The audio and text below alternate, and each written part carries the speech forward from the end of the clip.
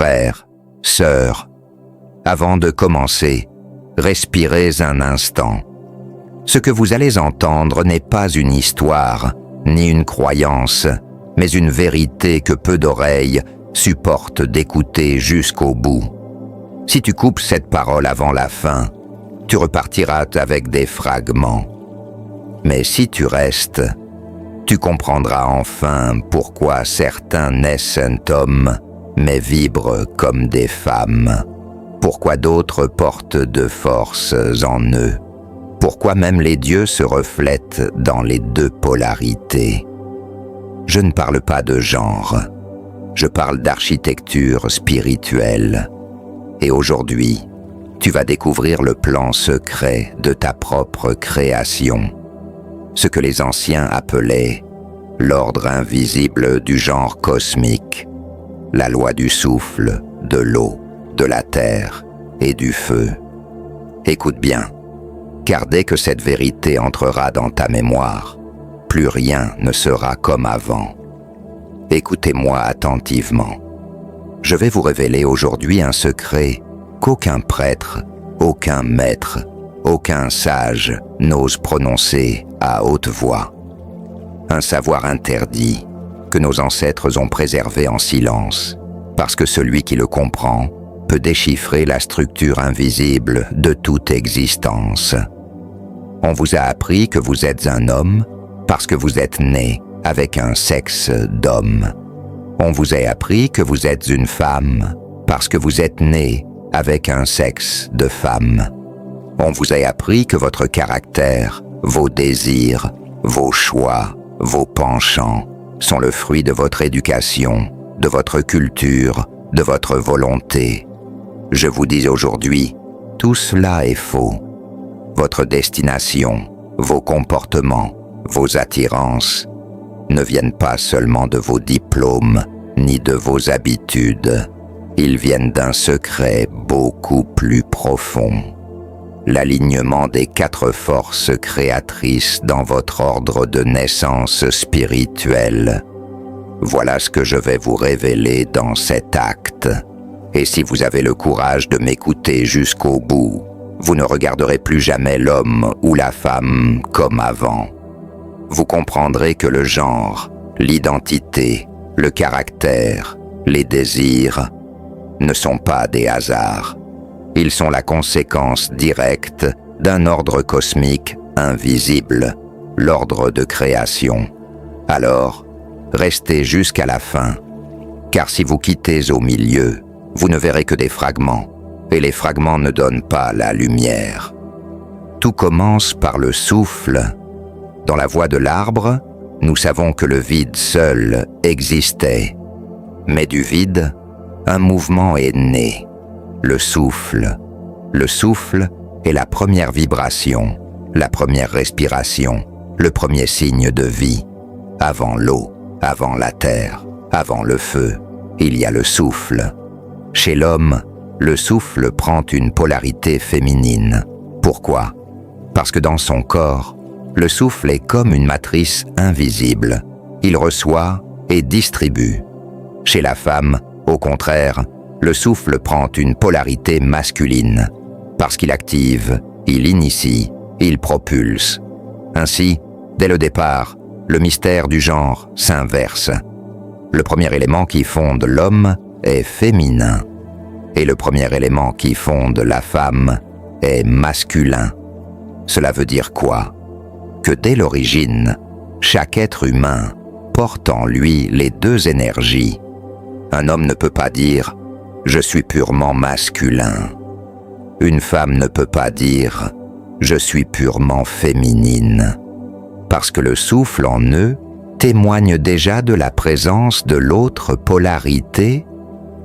La deuxième force, après le souffle, c'est l'eau. L'eau n'est pas seulement ce que vous buvez. L'eau est mémoire, circulation, reproduction. Sans eau, rien ne se reproduit, rien ne se transmet, rien ne circule. Chez l'homme, l'eau est masculine. Elle agit comme la semence, la continuité, la mémoire du mouvement.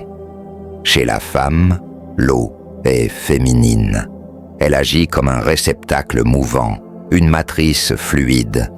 Comprenez ceci, c'est par l'eau que les désirs naissent, c'est par l'eau que les liens se créent, c'est par l'eau que l'âme se souvient de ce qu'elle a vécu avant même de prendre un corps.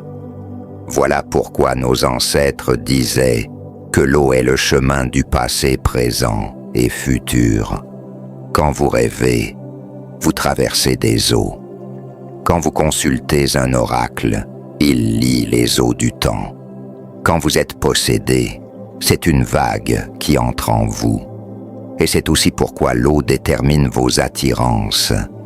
Car si sa polarité s'inverse dans votre ordre de création, vous pouvez désirer différemment, aimer différemment, vibrer différemment. La troisième force, c'est la terre. La terre, c'est le réceptacle. C'est la stabilité, la solidité, la mémoire matérialisée. Tout ce qui est souffle et eau, pour durer, a besoin d'une terre. Chez l'homme, la terre est féminine. Elle reçoit, elle porte, elle stabilise. Chez la femme, la terre est masculine. Elle structure, elle délimite, elle définit. Voyez la beauté de cette inversion. L'homme porte en lui une terre féminine, la capacité de recevoir et de porter.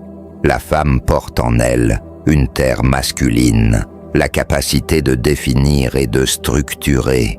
Quand cet ordre est harmonieux, l'homme devient bâtisseur, créateur de civilisation. La femme devient gardienne, pilier, protectrice de l'ordre. Mais quand cet ordre est inversé ou désaligné, l'humain vit des tensions, instabilité, confusion, perte d'identité. Si tu m'écoutes encore jusqu'ici, c'est que ton âme reconnaît quelque chose. Ne pars pas maintenant. Car ce que je vais te dire à présent, personne ne te l'a jamais dit ainsi. Le feu qui vient après la terre n'est pas une image, c'est la clé de ton équilibre. Beaucoup s'arrêtent ici, pensant avoir compris, mais ignorent que c'est le feu qui révèle l'alignement véritable. Alors, reste jusqu'à la fin, car dans quelques instants, tu comprendras pourquoi certaines vies se répètent, pourquoi certaines âmes souffrent du désordre, et comment le feu peut tout réharmoniser. La quatrième et dernière force est le feu. Ne vous trompez pas. Le feu n'est pas seulement la chaleur ou la flamme que vous voyez. Le feu est la lumière de l'esprit. Le feu est ce qui révèle, ce qui accomplit, ce qui donne vie aux trois forces précédentes. Sans feu, le souffle reste invisible. Sans feu, l'eau reste stagnante. Sans feu, la terre reste inerte. Chez l'homme, le feu est masculin. Il est affirmation, projection, accomplissement. Chez la femme, le feu est féminin. Il est illumination, révélation, transmutation. Voilà pourquoi nos ancêtres disaient que le feu est la clé de l'élévation. C'est lui qui permet à l'homme d'agir, à la femme de révéler, à l'humanité de s'accomplir. Maintenant que vous connaissez les quatre forces, écoutez ceci. Chaque humain naît avec un ordre de création. Quand cet ordre est harmonieux, l'humain vit dans l'équilibre. Ses désirs et ses comportements suivent la norme. Quand cet ordre est inversé, quand les polarités se croisent, alors naît la différence, la singularité, ce que certains appellent anomalie, mais qui est en vérité un mystère d'alignement. Exemple, si un homme naît avec souffle féminin, eau féminine, terre féminine, feu masculin, il portera en lui une vibration très féminine, avec seulement une pointe de masculinité. Cela influencera ses désirs, ses attirances, ses choix de vie. Et cela n'est ni une maladie, ni une faute. C'est l'ordre de sa création. Voilà pourquoi je vous dis, le genre spirituel ne se définit pas par le sexe, mais par l'alignement des forces. frères, sœurs, gardiens. Vous venez de recevoir une vérité que même les prêtres gardent dans le silence. Le souffle, l'eau, la terre et le feu ne sont pas des images. Ils sont les clés de votre identité profonde. Et c'est l'alignement de ces forces qui dicte vos désirs, vos comportements, votre destination en ce temps.